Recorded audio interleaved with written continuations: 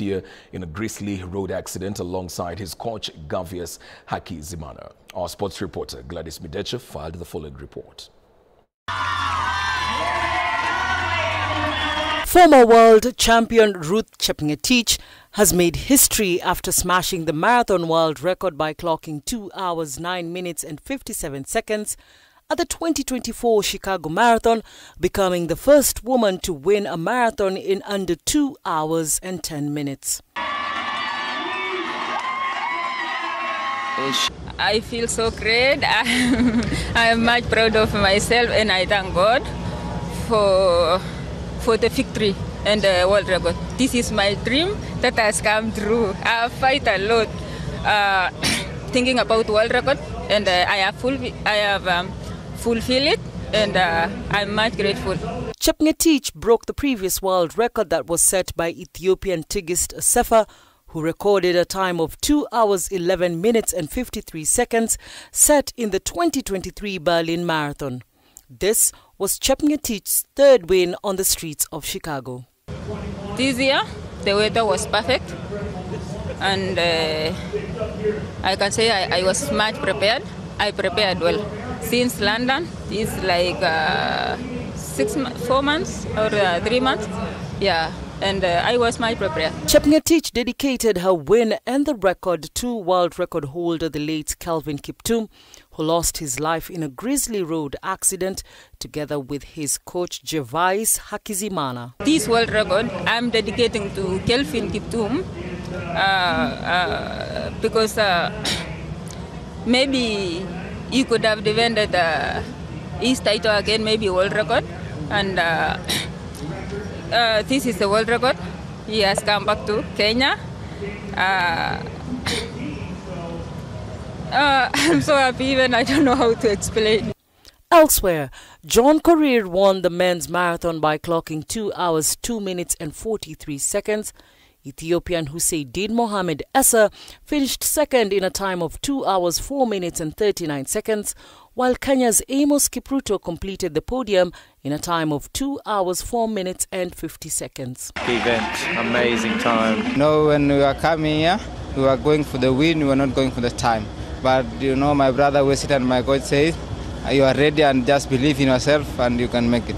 The 2024 Chicago Marathon started with a moment of silence in honor of the marathon world record holder, the late Kelvin Kiptum, who competed at the marathon for the first time last year and broke the world record in a time of 2 hours and 35 seconds before his passing. Today I was thinking about Kiptum, and I say if the last year Kiptum made to run 2:01, why not me?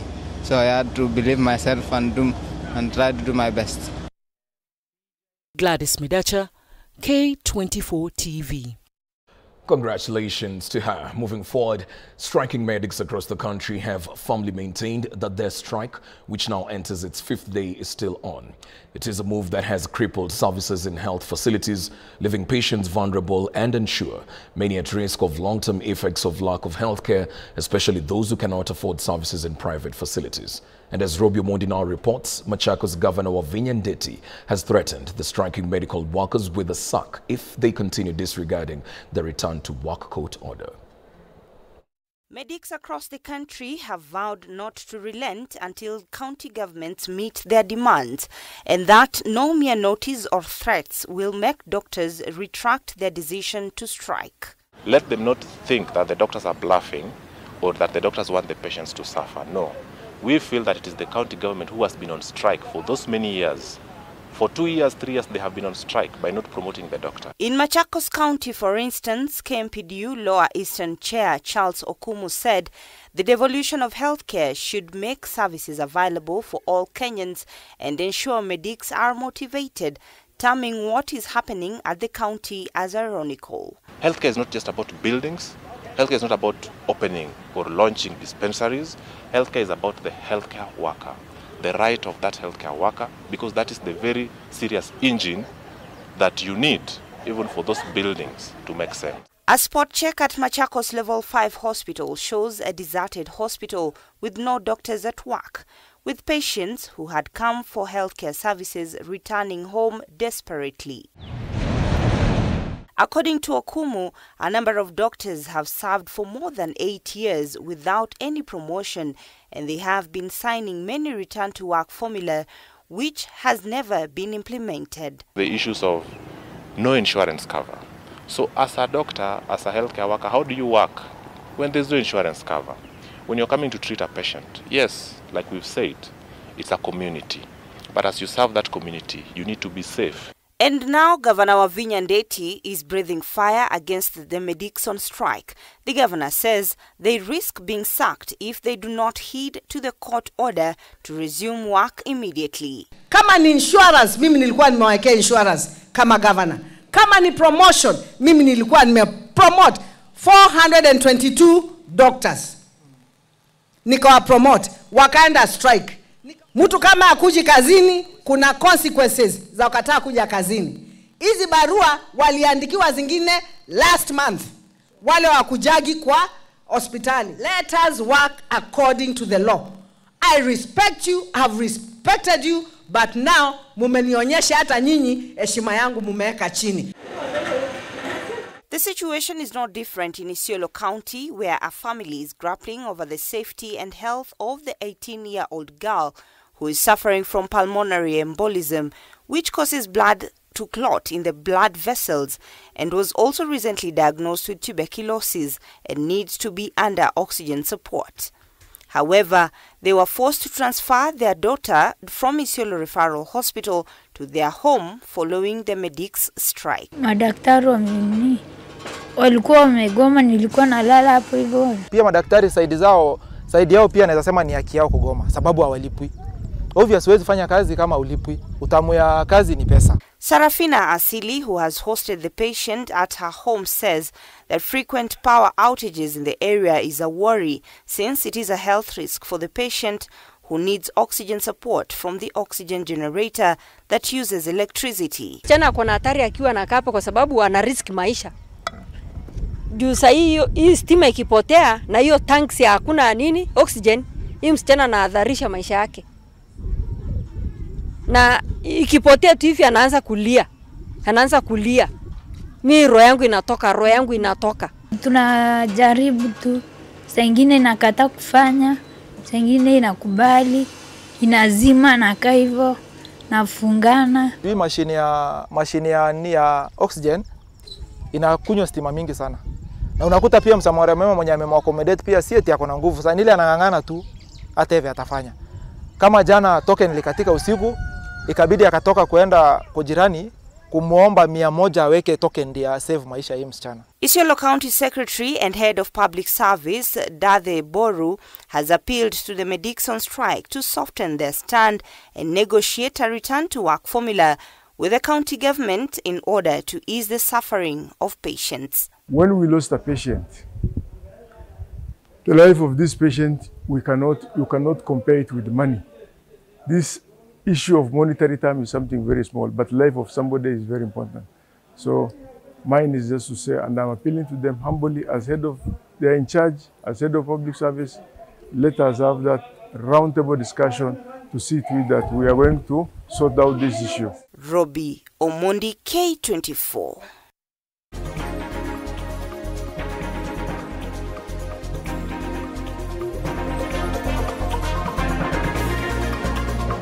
Now, as the week of reckoning beckons for Deputy President Rigathi Gachagua, he now says he respects and believes the judiciary will uphold the rule of law ahead of his hearing slated for the 16th and 17th at the Senate. As Ian Kitanyi now reports, Gachagua insists that the will of the people must be respected. It was a service that embattled Deputy President Rigathi Gachagua was set to meet in public with his boss, President William Ruto, before the head of state backed down in the 11th hour. However, that did not deter his deputy from attending the service, his first since the National Assembly voted to impeach him. The second in command did not steer clear of the matter at hand, questioning why he would be tamed by a few individuals. Yet he, alongside President William Ruto, were voted into office by millions of Kenyans. Sisi tulichaguliwa na watu wengi hawa ya Embu. Si ndio? Sijui kama tawezekana tulichaguliwa na hii watu yote tufukuzwe na watu wachache. Hiyo ni haki kweli watu ya Embu? Na ndio mimi namshukuru huyu mjumbe wenu Getonga Mukunji, alipiga kura. Alisikiza watu wa Embu vile wanase. Hata huyu Dabwen alikuwa ameandika barua, akakuja Embu, akasikiza watu, akapinduka. Akafuata vile wananchi wanafanya nini? With the ongoing debate, what next for the DP and whether he should resign, amid questions of whether he stands a chance at the courts, the former Madhira lawmaker expressed confidence in the country's judicial system. Lakini sisi tuna imani kubwa sana na mahakama zetu. Our judiciary is very professional, and I have no doubt in my mind that our eminent judges will protect and uphold the Constitution, the rule of law. So watu wa Kenya wako na imani sana, and they have faith that our courts of law will protect and uphold our Constitution, and most importantly, always protect the will of the people, because the people are supreme. With hearings set for Wednesday and Thursday this week, a program drawn by the Senate clerk indicates that the DP will have 4 hours on Thursday morning to present his evidence against his impeachment, and another session in the afternoon for cross-examination. With the head of state being blamed for Gachagwa's tribulations by residents of Mount Kenya region, most of them expressing their displeasure and slamming the head of state over what they termed as betrayal, Gachagua called for calm even as he insisted that the will of the people must be respected. Irrespective ya ile tatokea, nataka kuuliza amani katika hii Embu, katika Mlima Kenya, katika Kenya nzima. Sisi tuko na nchi ya Kenya, hatuna nchi nyingine. Na hii nchi ni yetu. Kwa hivyo watu wa Embu mlichagua mimi na President William Ruto, mkatupatia kura zenu zote. Tungeuliza uamuzi wa raia uheshimike. Eyes now turn to the Senate, with the National Assembly set to present their case against the Deputy President. Gachagua will be looking to his legal team led by Senior Counsel Paul Muite to absolve him from any blame, with the lawyers said to have lined up a number of witnesses to the DP's defense.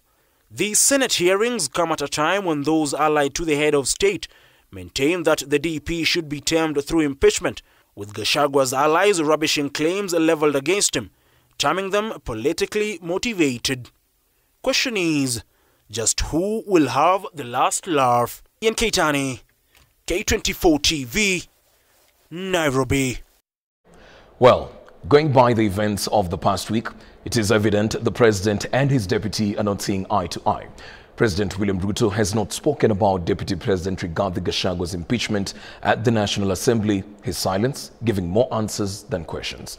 Many see the impeachment as a climax of a strained relationship that draws its causes to the president's selection of Gachagua as his deputy. Our political reporter Kimani Ngunjiri attempts to dig up the root cause and eliminate the signs that may have escaped even the keenest of eyes. How did we get here? This is clearly what has been in the deputy president's mind lately. Now, Rigathi Gachagua's political fate hangs on a precipice. It was not always like this.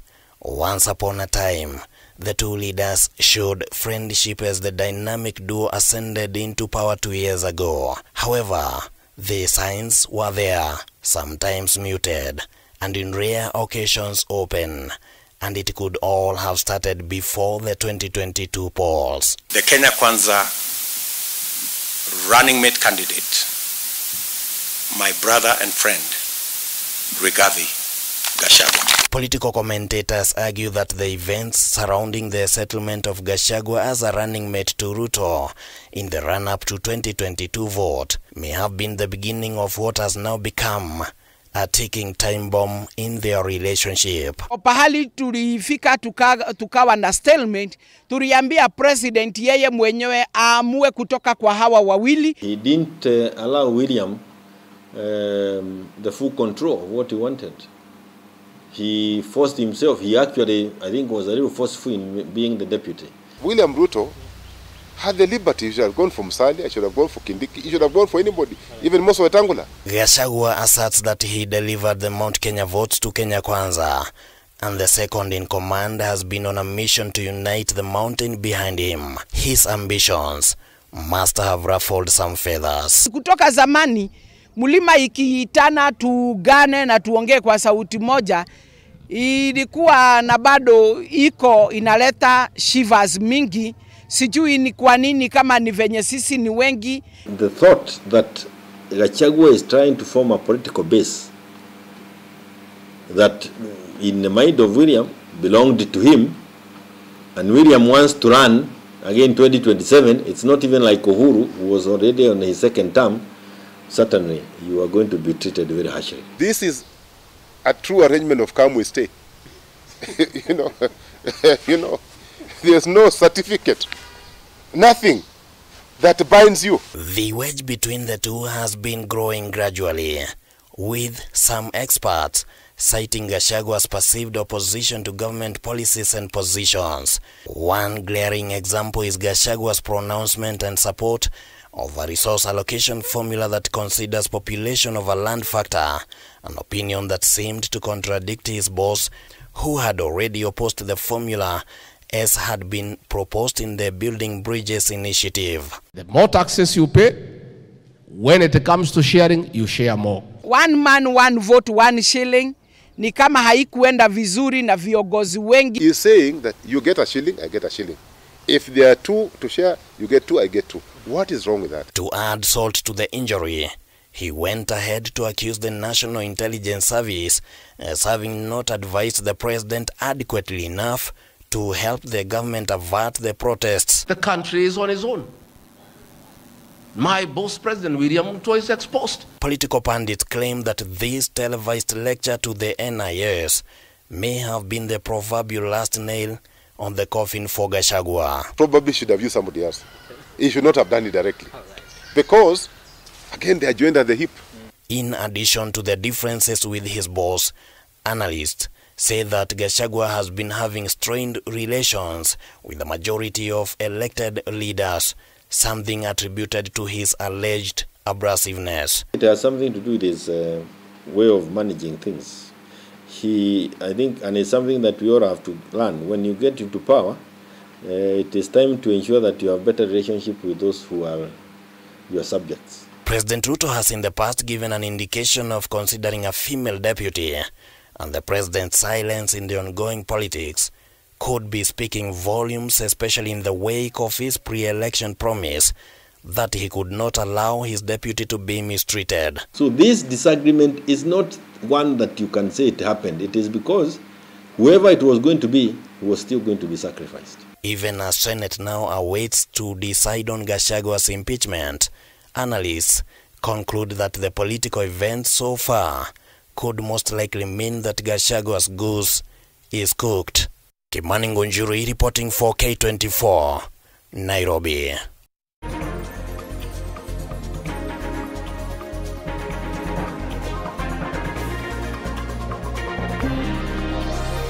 Well, that report by Kimani Ngunjiri brings us to a fast break right here on the Sunday Review. I'll be back with more in a short while.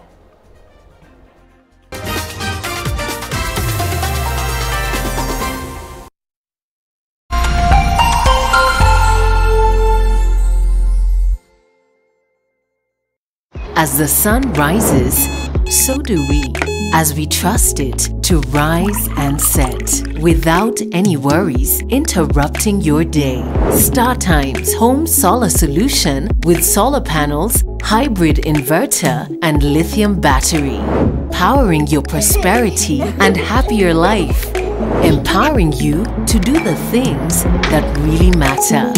A complete and reliable home solar solution. Call us today. StarTime Solar. Power your life. Kula pamoja, kucheka pamoja na kuomba pamoja. Haya yawe nyenzo za siri ya upendo wetu kama familia, kama jamii na kama taifa.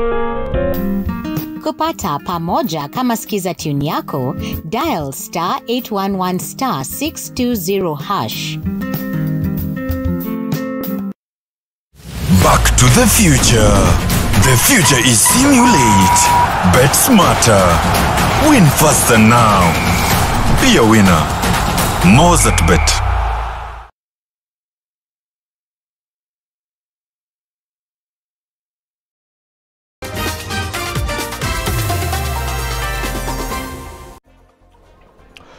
Welcome back to the Sunday Review. Let's move on. Azimio leader Raila Odinga is now defending the Adani group, turning the company as reputable. Odinga says that misinformation on Adani could potentially scare away investors. And as Martin Opio now reports, Odinga says the crucial turnaround for public-private partnership is to ensure transparency in the process that will reflect public interest.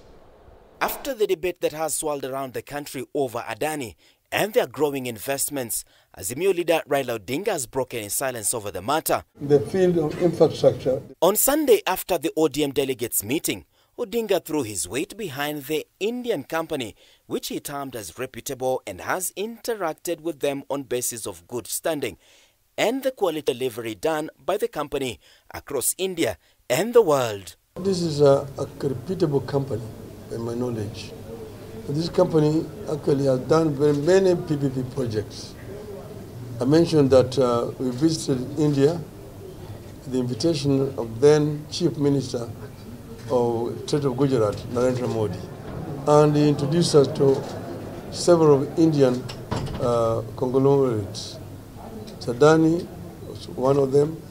One was Mr. Ratan Tata, who was also there at the conference that we attended. And then we visited a project that was done through a PPP by Adani in a place called Mundra. This was a marsh land next to the sea, 5,000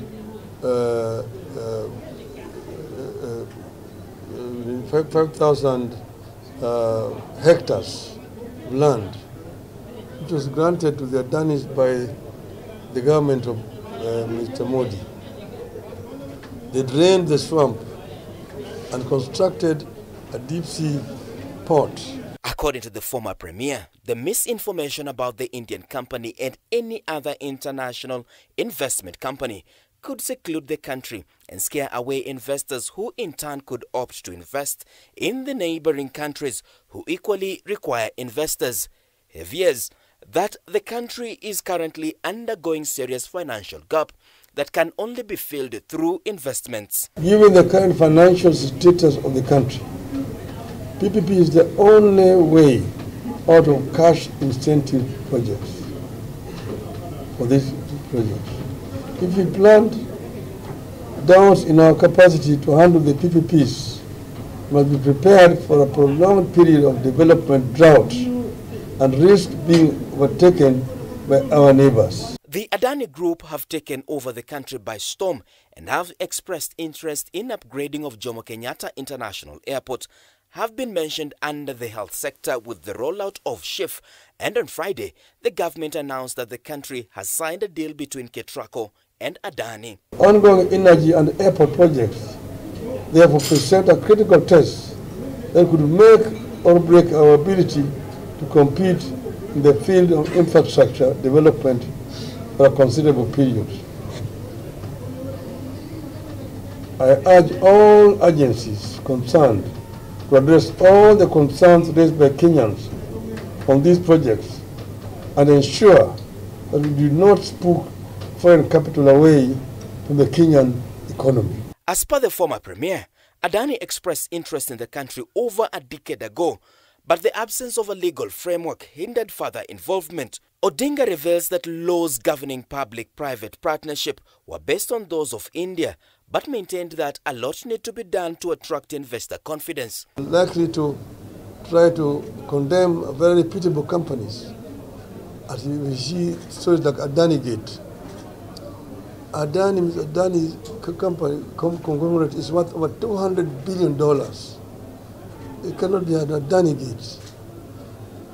Deal with issues as they are. If people have made mistakes, let them own up that they made some mistakes. But do not begin to condemn innocent companies who are basically doing a normal commercial transaction. While acknowledging the need for investor profits, Odinga emphasized the importance of safeguarding national interests such as labor laws, environmental protection and Kenyan courts' jurisdiction in disputes. Raila also urged all stakeholders to avoid politicizing the issue and instead focus on keeping Kenya competitive in attracting foreign capital to fund its infrastructure needs. The Adani Group, an Indian conglomerate, has proposed investing approximately $1.84 billion to expand and modernize Jomo Kenyatta International Airport, JKIA. The proposal, submitted under the Public-Private Partnership PPP model, seeks to allow Adani to improve airport facilities such as the construction of a new terminal, taxiways, and related infrastructure. Odinga's comments are coming at a time that the courts ruled on matters privatization, especially touching on KICC, where it was termed as a national monument. In a case filed by Odinga's ODM party, at a time the party was not enjoying collaboration with Kenya Kwanza government. There is no way one generation of greedy leaders can decide to sell national assets without reference to the people. Kama mnataka kuuza hii vitu, muulize hao wananchi. Odinga himself has been against privatization of the country's institutions. Martin Opio, K24 TV, Nairobi. A walk down memory lane brought tears to the eyes of Raila Odinga as he recalled the moments that led to the realization of the new constitution. And now Raila says all he wants is for the government to stay true to the word and the spirit of the constitution for the benefit of the people of Kenya.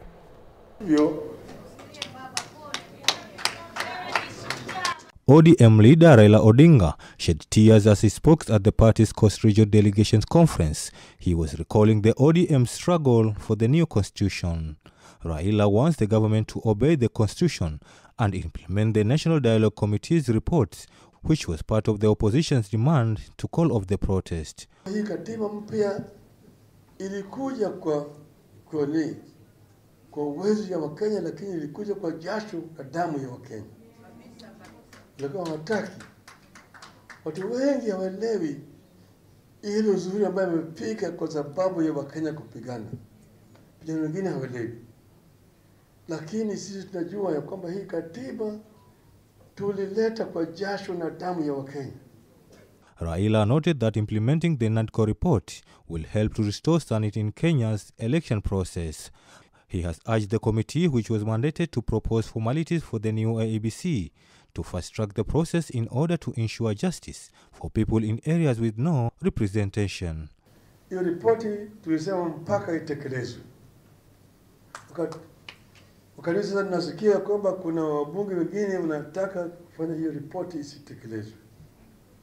Tunasema mapendekezo ambayo iko ndani ya ripoti ya NADCO lazima itekelezwe.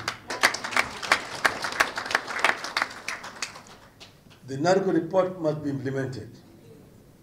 Manake yale ndio ilikuwa sababu ya sisi kusimamisha maandamano.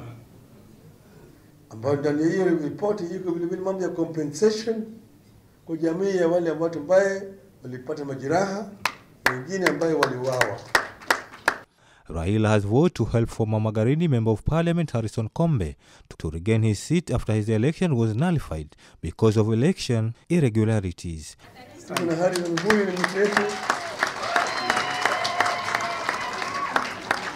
Tunasimama na yeye tutahakika ya kwamba anarudi katika bunge.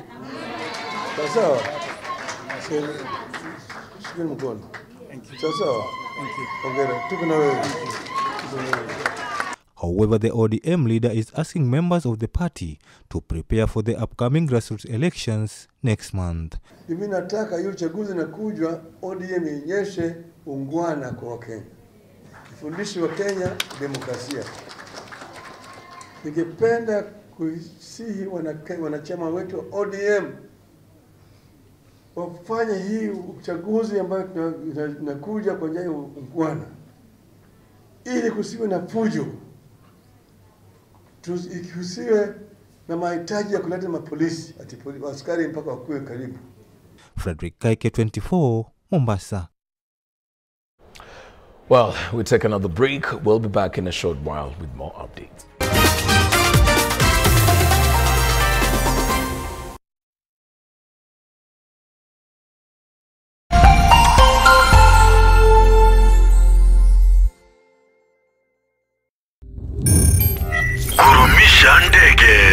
Aviator instant game.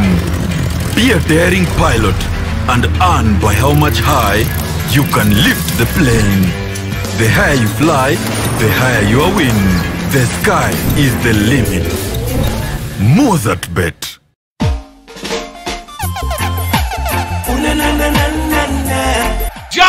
Jambo, Kenya. This is Glenn Washington. I will be performing live for you and yours with my band at the Africa Bound Reggae Summer Fest 2024 and Shashamane International 40th Anniversary. Brought to you by Shashamane International at the KICC ground on Saturday, October 19th, hosted by QT, Lisa, and Zendi Imbo. Tuane Bambai, Sin, I'll see you soon. Rastafari bless each and every one. You should know this by now. You're my #1 girl. There is no other. Oh no, not in this world. We live together and sever we never. You have all heard the word Betika, but do you know what Betika really means? To Betika is to climb to the top of the world. To Betika is to get promoted to the next level and to win again and again and again. To Betika is to test the limits of speed and to swing hard at every opportunity. To Betika is to do the impossible. It is possible with Betika. Welcome to Betika, the home of champions.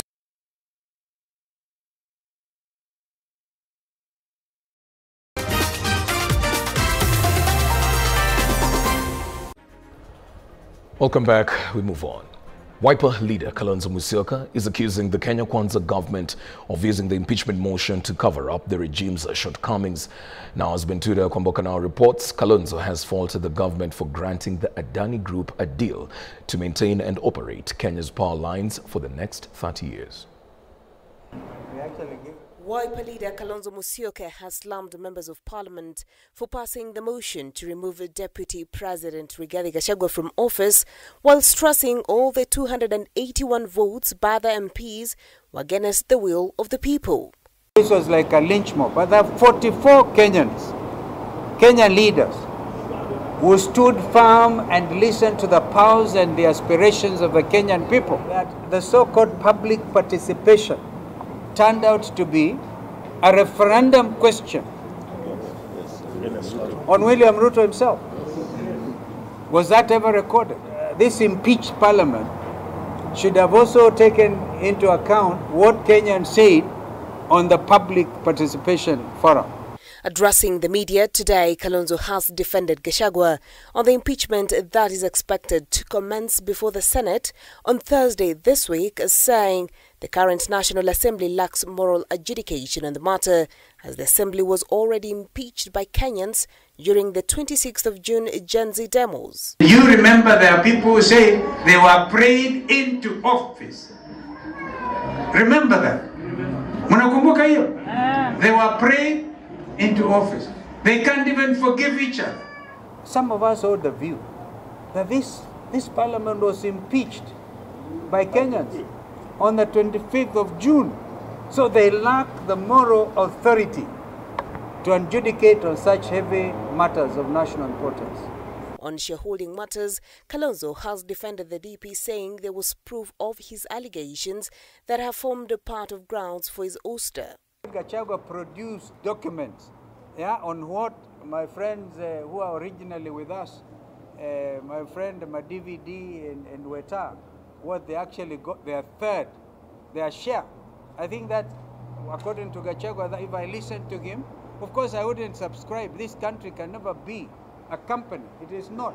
We may have started as British East Africa company, but we are not. We are a republic.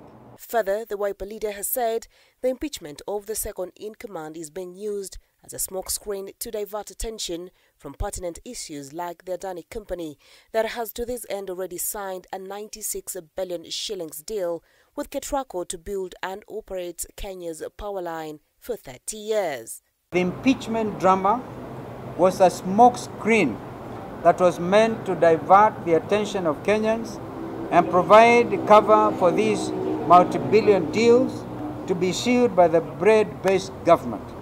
we want to assure Kenyans that we will not allow our country to be auctioned by this bread-based regime.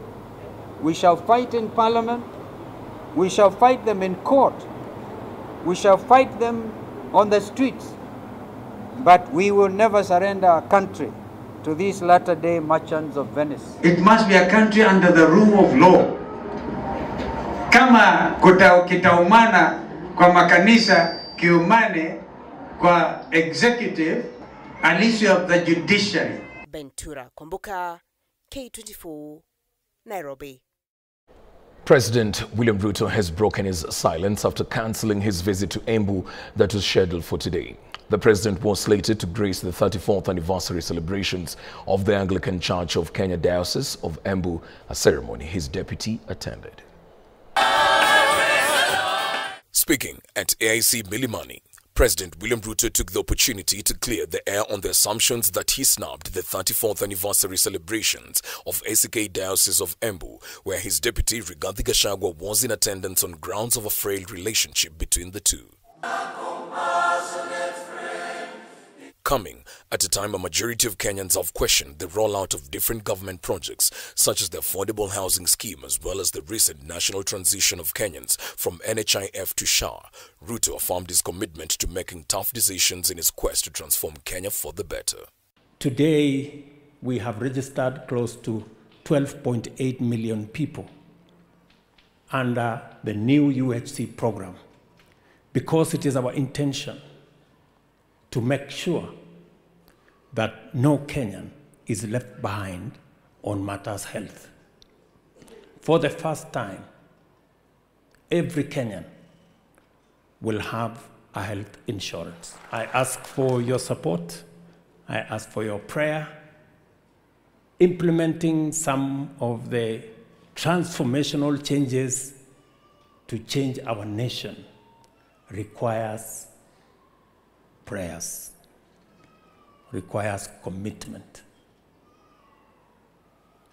But I want to promise you that this nation, the nation we love, this country, the country of Kenya, by God's grace, we're going to change it. In his speech, Ruto stayed clear of his deputy's wars, instead choosing to assure clergymen and women together with the religious institutions that their operations would not be interfered with in any manner whatsoever. In the field of missions, in supporting our schools, in supporting the hospitals that you run, I want to commit to you that the government of Kenya under my leadership is going to work with you as we work with all other faith-based organizations that are supporting our education, that are supporting our health sector, and to specifically say that to congratulate the faith-based organization. Ruto's deputy is facing a possible ejection from office after being impeached by the National Assembly, with his fate now lying with the Senate. The National Assembly has been mandated to play crucial functions, top among them being oversight. However, the House has time and again failed to deliver on its mandate, instead being the rubber stamp for punitive bills. Our reporter Ian Kitanyi takes a look into instances the House has turned a blind eye on crucial issues affecting Kenyans amid claims of legislators being the president's puppets. The 13th Parliament. A house blasted by millions of Kenyans for disregarding matters affecting Kenyans, instead prioritizing political matters and issues of importance to the executive. At a time that patients continue to bear the brunt of the shambolic transition from NHIF to SHIF, with no proper mechanisms to cushion those battling chronic diseases, legislators in the August House have been accused of prioritizing the impeachment of Deputy President Rigathi Gachagua. Concerns that have been echoed by sitting legislators. Barely 4 months after they voted in a very unpopular finance bill, that they have told the Kenyan people that they do not care about their priorities, they do not care about making sure that our young people have employment opportunities, they do not care about our healthcare system, they do not care whether Wanjiko at Mashinani has good roads. What they care about is political processes. The 13th Parliament will go down in history as one of the parliament that has been hijacked or captured by the executive. With the House perceived to be a rubber stamp for the executive by passing punitive bills, political analyst Kimani Mwangi says legislators from the majority side face a tough balance between representing the interest of their electorate and the government. However, he maintains that they must find a middle ground to ensure the interest of their electorate are addressed. The Catch-22 situation comes in here. You are a member of a party which had a manifesto, and this manifesto, part of it is to be funded through the laws like finance or policies like Finance Act. And then here you are the member of parliament who should veto such decisions that you don't think are in line with the people. But again, those decisions are made in order to fund your manifesto. So then there is a thing like that the best they can do is to intervene between the two parties, become the arbitrator. Political analyst Vincent Akech, however, argues that the August House is captured and it's time the legislators reconsider their stance. This parliament that we have right now has been captured. They don't have monopoly of thoughts. They don't have freedom. In June 2024, the House came under fire for passing the widely unpopular finance bill, and despite sheer display of arrogance from a section of lawmakers who rubbished concerns by Kenyans, the executive was forced to withdraw the bill.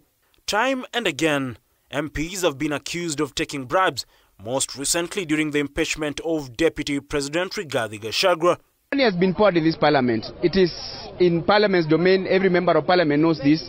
Money flows according to how much you're worth. If you are a first timer, if you are a second timer, there are different denominations that money has been offered. Money was poured. And let me tell you, even I have the text with me here. This accusation has been termed as concerning. It does paint the House very badly. But again, they are all allegations. While it is true that to some extent there has been some MPs who have alluded to the same, that some members are bribed in order to pass some bills that are not in favor of the people, much of it remains allegations, but in actual sense it is a very bad thing, badly paints the National Assembly as an assembly of machineries. And we have seen members of parliament in the large numbers, and they barely are in parliament when important legislations are being made that affect Wanjiko. People are crying. People are not eating. They used to eat chicken, but now they're eating like chicken. Those who are obsessed by this government are now possessed of this government. Your employers are sad. They are hungry. They are not happy with you at all. It is time you know where your priority is. I would say so, because it seems to incline more on the side of the government than on the side of the people. As Kenyans call on their MPs to address crucial issues, top among them this shambolic transition from NHIF to SHIF that has left millions in agony after voting to impeach the deputy president on Tuesday night. The National Assembly, which was full to the brim, lacked quorum the next morning, a move Kimani terms as betrayal of Kenyans. That is the height of betrayal. The National Assembly can't be sitting when in full capacity only when it has a political debate to move, and only when the debate concerns their interests, and when it comes to the interests of the people, where they should hold the government accountable. Ian Keitani, K24 TV, Nairobi. Well, let's take another break right here on the Sunday Review. When we get back with some sports news.